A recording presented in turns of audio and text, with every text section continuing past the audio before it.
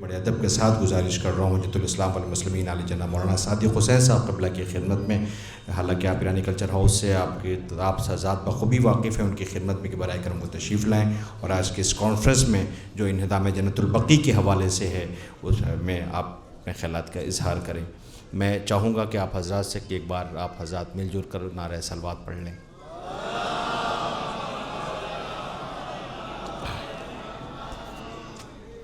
السلام علیکم ورحمۃ اللہ۔ بسم اللہ الرحمن الرحیم۔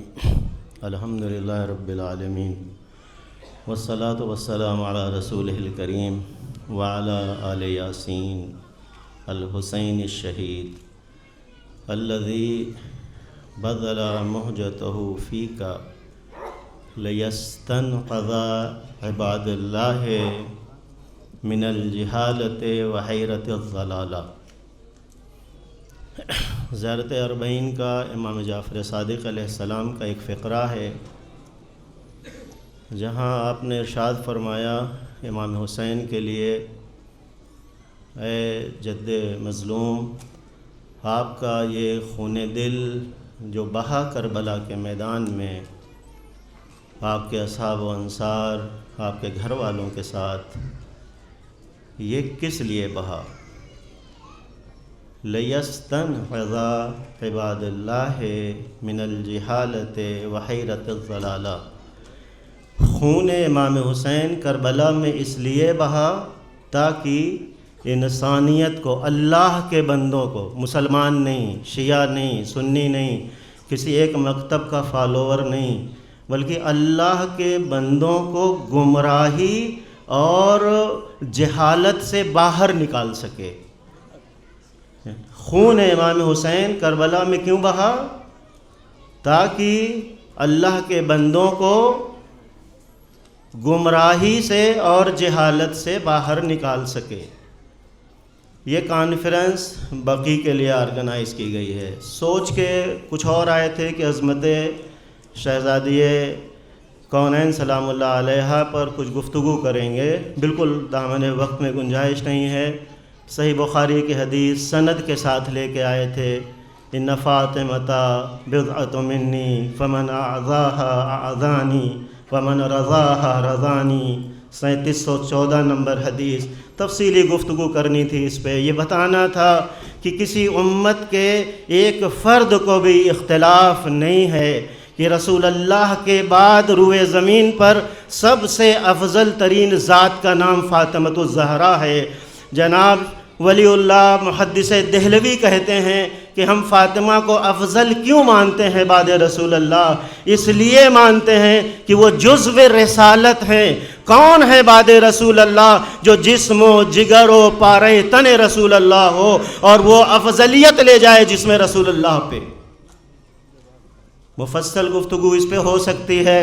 صاحب مناقب اہل بیت کتاب جو بنارس کے بڑے عالم دین ندوۃ العلماء کے ایک جید عالم دین نے لکھی تھی، معاویہ اور یزید کی خلافت پر امام حسین اور مولا علی کے خلاف، اس کا جواب دیا تھا مولانا کوثر عزیز ندوی صاحب نے مناقب اہل بیت کے نام سے۔ وہ یہ فرماتے ہیں کہ فیوز جو عالم میں جاری و ساری ہے قیامت تک کے لیے، قیامت تک کے لیے فیوز و برکات جو جاری و ساری ہے قیامت تک، وہ بذات رسول اللہ اور 14 معصومین کے ذریعے ہے، جس میں بعد رسول اللہ اتم ترین ذات فاطمۃ الزہرا اور امیر المومنین علی ابن ابی طالب کی ذات ہے۔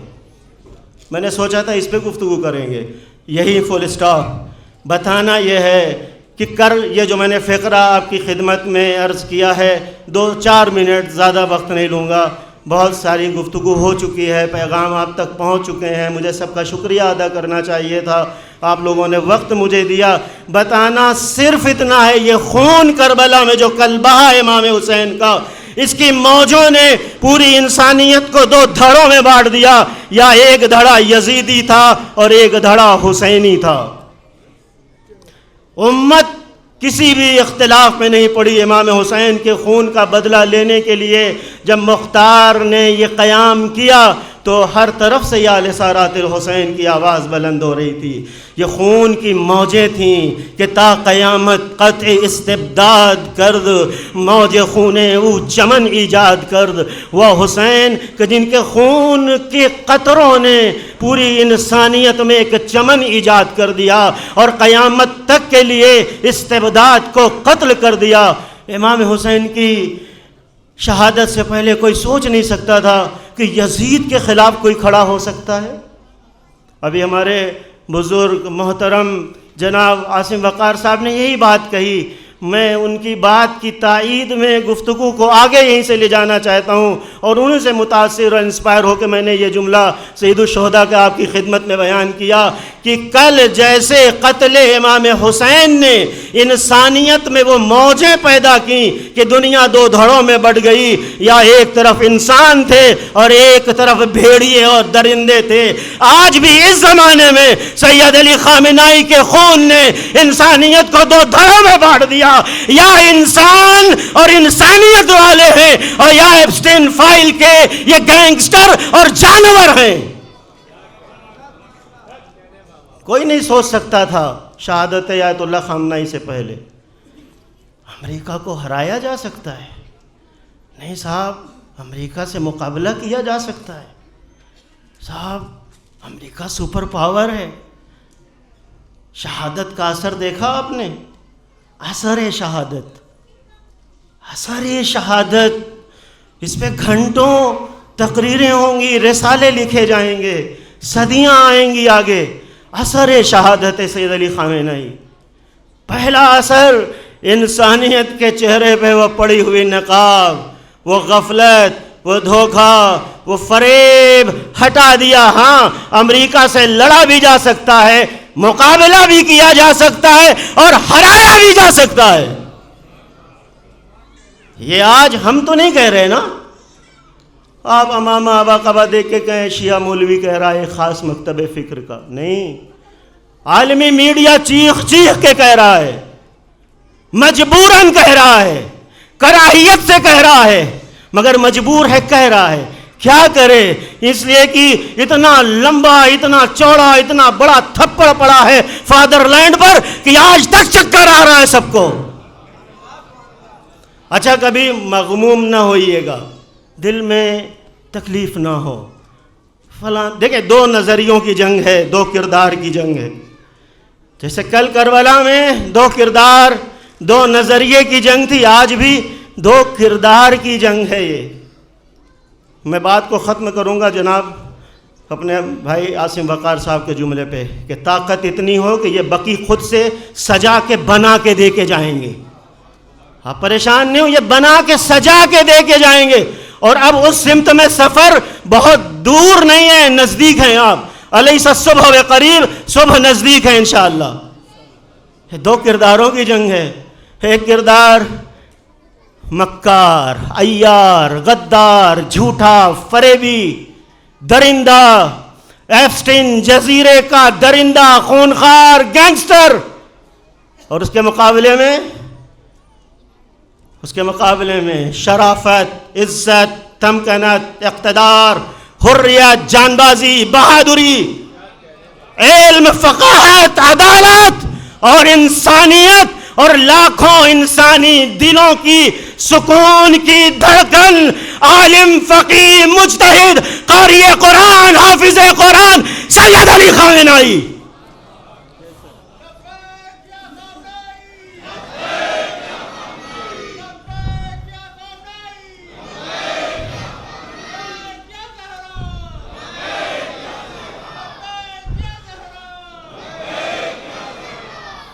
ایک مکتب عاشورہ کا نمائندہ ہے، پاک و پاکیزہ، طیب و طاہر، اور ایک مکتب نجاست، فرعونیت، نمرودیت اور یزیدیت کا مکمل نجس پیکر، اس زمانے کا خبیث ملعون کردار ہے آپ کے سامنے.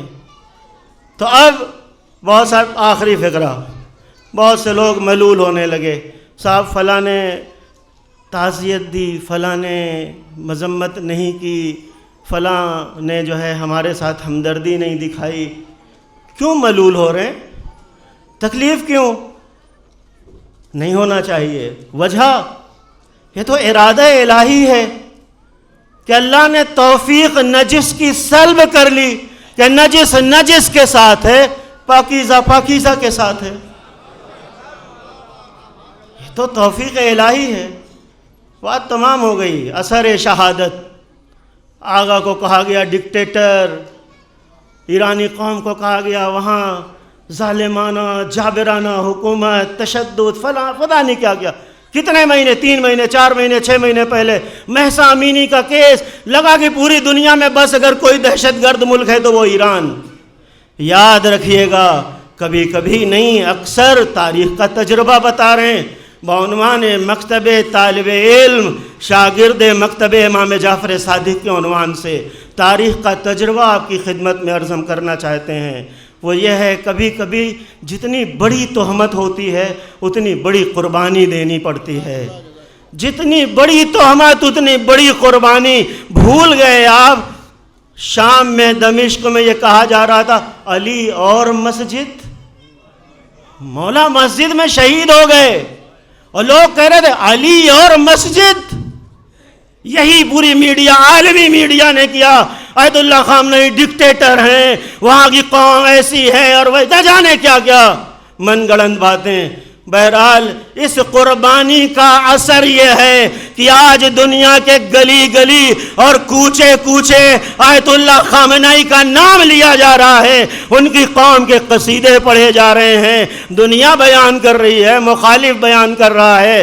بس عزیزان گرامی، آخری فقرہ یہ ہے کہ دشمن اپنا بیڑا لے کے ہرمز تک آ گیا ہے، اسٹریٹ آف ہرمز تک. بس ہم منتظر ہیں اس فرعون کے جو نیل میں ڈوبا تھا. آج کا فرعون بھی انشاءاللہ اس نیل میں موجودہ اسٹیٹ آف ہرمز میں ڈوبے گا، اور اس کا ڈوبنا انشاءاللہ بقی بھی تعمیر ہوگی، روزے بھی تعمیر ہوں گے. اور یہ ایجنٹ حکمران، یہ خائن اور منافق حکمران اگر پیروں پہ آ کر گر کے معافی مانگ کر کے باقی کو نہ تعمیر کرے تو آپ بتائیے گا. والسلام علیکم ورحمۃ اللہ وبرکاتہ.